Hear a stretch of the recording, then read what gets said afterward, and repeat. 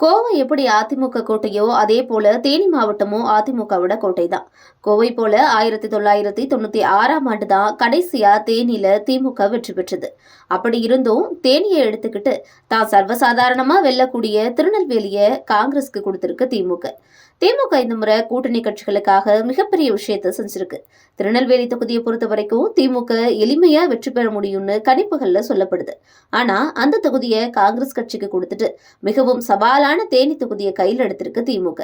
அதே மாதிரி கடந்த முறை அதிக ஓட்டு வித்தியாசத்துல வெற்றி பெற்ற திண்டுக்கல் தொகுதியை கொடுத்துட்டு மிகவும் சவாலான கோவை தொகுதியை எடுத்திருக்காங்க. இந்த விஷயம் இரண்டு கூட்டணி கட்சிகளையும் தாண்டி ஆளும் திமுகவினரையே ஆச்சரியத்தை ஏற்படுத்தி இருக்கு. குறிப்பா தேனிய திமுக ஏன் வாங்கியிருக்கு அப்படிங்கிற கேள்வி திமுகவினரிடையே இருக்கிறதா சொல்லப்படுது. ஏன்னா டிடிவி தினகரன் இந்த முறை தேனி லோக்சபா தொகுதியில போட்டியிட வாய்ப்பு இருக்கிறதா தகவல் வந்திருக்கு. அதே போல ஓ பன்னீர்செல்வம் போட்டியிட்டாலும் போட்டியிடலாம் அப்படின்னு தகவல் வெளிவந்திருக்கு. ஆனால் இப்போ கடந்த முறை மாதிரி ஓ பன்னீர்செல்வம் மகன் ரவீந்திரநாத் தான் மீண்டும் தேனி தொகுதியில போட்டியிடுவாருன்னு சொல்லப்படுது. டிடிவி தினகரன் இந்த முறை தேனியில போட்டியிட்டா பெரிய அளவுல சவால் இருக்கும்.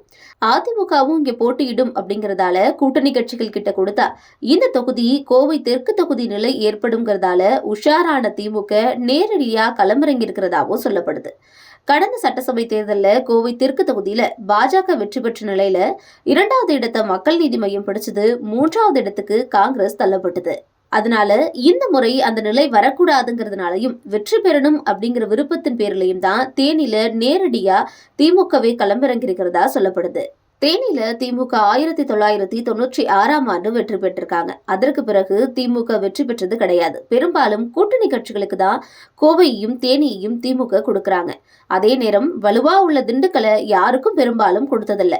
ஆனா இந்த முறை அப்படியே மாற்றி திண்டுக்கலை மார்க்சிஸ்ட் கம்யூனிஸ்ட் கட்சிக்கு கொடுத்துட்டு கோவையையும் தேனியிலையும் திமுக நேரடியா களமிறங்குது. தேனியில டிடிவி தினகரன் போட்டியிட்டா அவரை எதிர்கொள்றதுக்கு அவருடைய சிஷ்யரா ஒரு காலத்துல இருந்த தங்க தமிழ்ச்செல்வனை திமுக நேரடியா களமிறக்கும்னு சொல்லப்படுது. அதே நேரம் போட்டியில மதுரை தெற்கு மாவட்ட செயலாளரான மணிமாறனும் இருக்கிறதா சொல்றாங்க. அதிமுகவுடைய வாக்குகள் பாஜக, டிடிவி, ஓபிஎஸ் அணி மற்றும் எடப்பாடின்னு தனித்தனியா பிரிஞ்சா திமுக எளிதில் வெற்றி பெறும். ஒருவேளை வாக்குகள் பிரியாம போனா தமிழ்நாட்டுல திமுகவுக்கு கடும் சவாலான தொகுதியா தேனி இருக்கும்னு சொல்லப்படுது.